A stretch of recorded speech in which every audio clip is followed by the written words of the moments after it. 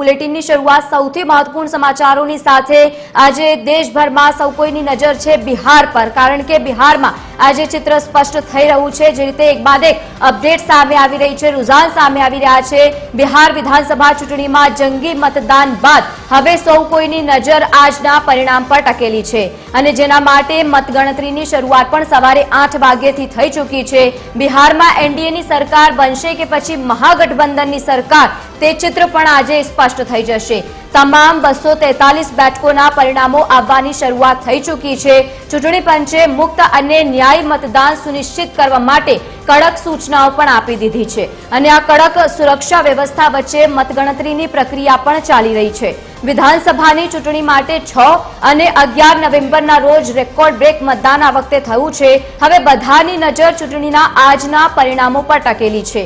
તમામ એક્ઝિટ પોલમાં એનડીએની મોટી જીતની આગાહી જોકે કરવામાં આવી। ચૂંટણી પ્રચાર દરમિયાન તમામ મુખ્ય રાજકીય પક્ષો અને ગઠબંધનોએ જોરોશોરોથી પ્રચાર પ્રસાર કર્યો છે। આ વિધાનસભાની ચૂંટણીમાં એનડીએ અને મહાગઠબંધન વચ્ચે સખત ટક્કર આ વખતે જોવા મળી છે। જો કે સવારથી જે રીતે અપડેટ સામે આવી છે, લેટેસ્ટ અપડેટ પણ આપ સુધી અમે પહોંચાડી રહ્યા છીએ। બિહારમાં અત્યારે એનડીએ સતત 160 બેઠકથી આગળ ચાલી રહ્યું છે અને બીજી તરફ અત્યારે પણ આંકડાઓ સતત ચેન્જ થતા જોવા મળી રહ્યા છે। પરંતુ આ તમામની વચ્ચે ક્યાંક લોકો પ્રાર્થના કરતા પણ જોવા મળી રહ્યા છે, કારણ કે અલગ અલગ જે રીતે દ્રશ્યો સવારથી સામે આવ્યા છે। એનડીએ જો કે આ વખતે પણ પ્રચંડ જીતની હાંકલ કરી અને તેના વચ્ચે તમામ રાજકીય પક્ષોએ પણ એડી ચોટીનું જોર લગાવ્યું છે। जनता की भावनाओं का आप लोगों ने एग्जिट पोल के माध्यम से प्रकटीकरण किया। वह रुझान जो था, जो अनुमान था, अब परिणाम में बदलने जा रहा है और बिहार की जनता ने जो परिणाम डबल इंजन की सरकार मोदी जी, नीतीश जी पर विश्वास व्यक्त किया है, ये देश को एक दिशा देगा।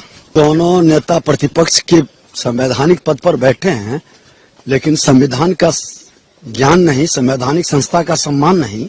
अप्पू और पप्पू बिना सोचे समझे, बिना गंभीरता से कुछ भी उन्माद फैलाने का, सामाजिक सौहार्द तोड़ने का वातावरण बनाते हैं और कुछ भी बयान दे देते हैं। इसलिए उनकी बात को कोई गंभीरता से नहीं लेता है। क्या उम्मीद है, सब सीट हम लोग जीते हैं यहाँ और बिहार का मुख्यमंत्री नीतीश कुमार जी पुनः मुख्यमंत्री बनेंगे। भारी बहुमत से एनडीए गठबंधन चुनाव जीतेगा पूरे बिहार में। हम पार्टी हम 6 सीट लड़े हैं, 6 सीट जीतेंगे। हो सकता है मार्जिन बढ़े, तो मार्जिन तो अब ईवीएम में बंद है, लेकिन जीत निश्चित है। 6 सीट हम पार्टी जीते हैं।